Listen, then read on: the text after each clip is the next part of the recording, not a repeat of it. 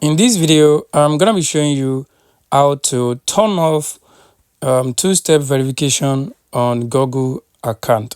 So to do this, the first thing you want to do, you want to go to your Chrome browser or your Safari browser. Let's open that up. So once you open that up, it will open up your Google Chrome. As you can see, we are inside of my Google Chrome browser.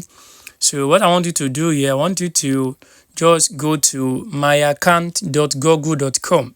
I take it again.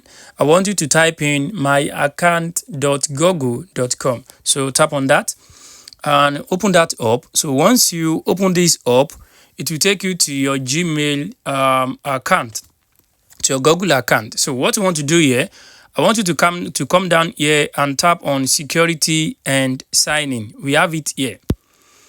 So tap on that. So once you tap on security and sign in, it will ask you, if you come down here, you're going to see two-step verification is on since 3:31. So you just want to tap on that.